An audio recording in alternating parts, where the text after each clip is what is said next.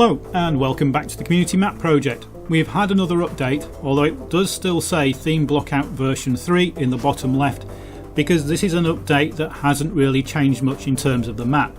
All the locations are the same and all the capture points have stayed the same.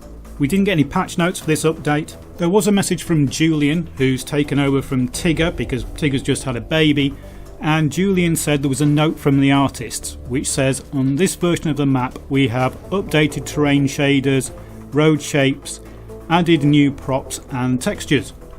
So here we can see the first of the objectives. We've started on the Russian side, as I've done every time on these videos, and what you notice is there's a bit more detail to an awful lot of things. So there's a lot of texture work has gone on.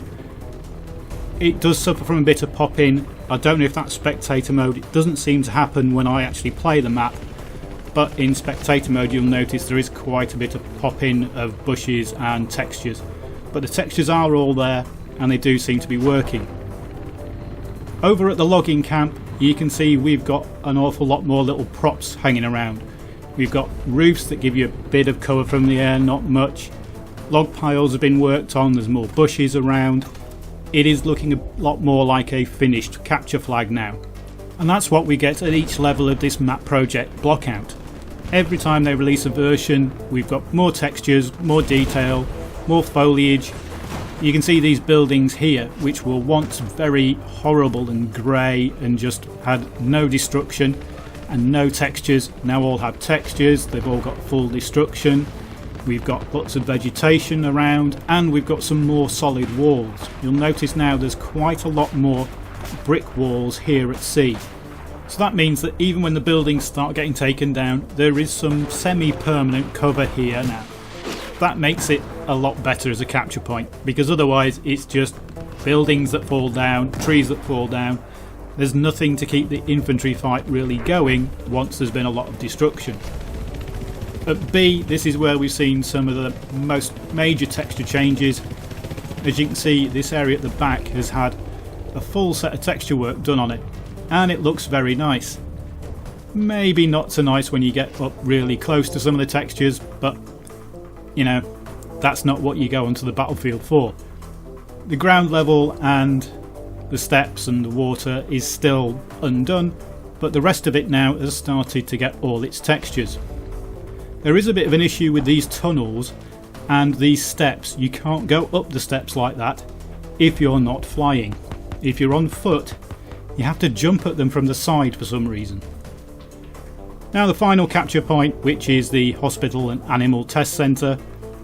This again has had a few more extra little bits and pieces dropped into it. Some of the textures improved, the roads and the ground, and it's got these extra little buildings dotted around it now. So rather than being open outside the walls, there's now a set of buildings which lead up to it, giving you cover so you can advance on A without instantly dying. It's not permanent cover, but you do have the rocks here anyway, and these buildings go quite a long way towards C. In fact, there's another set of buildings over here you can follow around, and you can literally get up to the outskirts of the C flag. So there's a lot more cover, a lot more textures and a lot more details on this version 3 of the Blockout. And it looks really nice for what is still a pretty early version of this map. Yes, it's got some issues with floating trees and bushes that don't touch the ground properly and those kind of little things, and the textures do seem to pop in quite badly for some reason. But like I say, it's an early build, it's not finished, and when it is finished it should play really well. I would suggest one change, that's get rid of the tank that spawns at sea. A tank is a bit too overpowered just to spawn for one team. Yes, anybody can go and get it, but it is always going to be held by one team. You can't have two teams holding one single tank, so I'd prefer to see something else there. Put another LAV in it. Something other than a tank. Maybe have tanks at the spawns and an LAV in the centre. That to me would be fairer, because the LAV wouldn't be overpowered against tanks, but the tank really is overpowered when combined with your side's LAV against the other side's single LAV. So that's the overview of the community map in Block version 3. Thanks for watching.